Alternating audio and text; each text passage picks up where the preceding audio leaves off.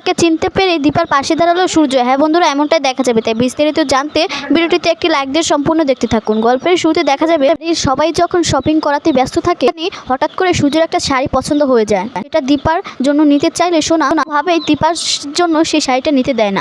তখন সোনাকে বোঝানোর চেষ্টা করে। সোনা বলে ওঠে যে তোমরা সকলেই শুধু ওই দীপার কথাই ভাবছো, কেউ তো আমার কথা ভাবছো না। তখন বলে এটা পাবলিক প্লিজ সোনা, এখানে চিৎকার করো না। সোনা তখন বলে আমি চিৎকার করছি তাই না, তুমি এই শাড়িটা রেখে দিলেই তো, আমি আর কোনো কথা বলছি না।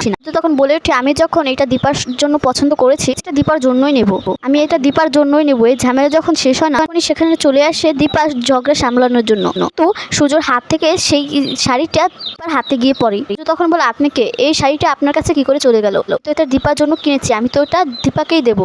দীপা মনে মনে বলে তো আপনার কিছু মনে না থাকলে আমার আপনার কথা ঠিক ভালোভাবে মনে আছে ডাক্তার বাবু, আবারও আমার কথা ভাবেন, এর জন্য আপনি আবারও শাড়ি কিনছেন। সূর্য তখন দীপার কাছ থেকে শাড়িটা নিয়ে নেয়। সেই শাড়িটা কিনবে সেটাই সূর্য সোনাকে জানিয়ে দিয়ে চলে যায়। সোনা তখন মনে মনে বলতে থাকে তুমি দূরে গিয়েও বাবার মনের মধ্যে এখনো রয়ে গেছো মা, বাবা তো মাঝে মাঝে আমাদের কাউকেই চিনতে পারে না, তো বাবা তোমার কথা কিছুতেই ভুলতে পারেনি। তখন সোনার কাছে আসে, সোনার কাছে এসেই বলতে থাকে কি চাও, তুমি কি চাও না সবকিছু মনে পড়ে যাক, বাবা ঠিক হয়ে যাক, আর মা মিলে একত্রে সুখী থাকুক?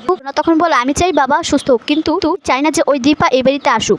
তখন বলে ওঠে তুমি মাকে ভুল বুঝছো, এর কোনো ভুল নেই। তো কিন্তু সোনা রূপার কথা কিছুতেই শুনতে না পেরে সেখান থেকে চলে যায়। এদিকে দেখা যাবে পার্টিতে আয়োজন করা হয়, এখানে সকলেই উপস্থিত থাকে। সূর্য অপেক্ষা করতে থাকে কখন সে দীপার কাছে আসবে, কখন সে দীপাকে দেখতে পাবে।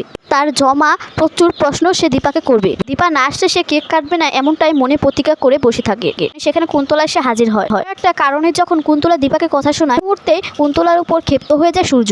বারবার মনেও হতে থাকে দীপা তার আশেপাশেই আছে। দীপালির দিকে এগিয়ে যায়, দীপালির কাছে এসে দাঁড়াইতে সূর্য দীপার সাথে কাটানো মুহূর্তগুলো করে মনে পড়ে। তখন বুঝে যায় যে এটাই তার দীপা, কারণ অন্য কারোর সামনে গেলে তার দীপার কথা বারবার করে মনে পড়ে না, মেয়েটার সামনে আসলে তার কেন এত দীপার কথা মনে পড়ে। তাই সে দীপাকে চিনতে পারে। আর দীপাকে এতক্ষণ যে কুন্তলা কথা বলেছে তাই সে দীপার পাশে দাঁড়িয়ে কুন্তলাকে উচিত শিক্ষা দেয়।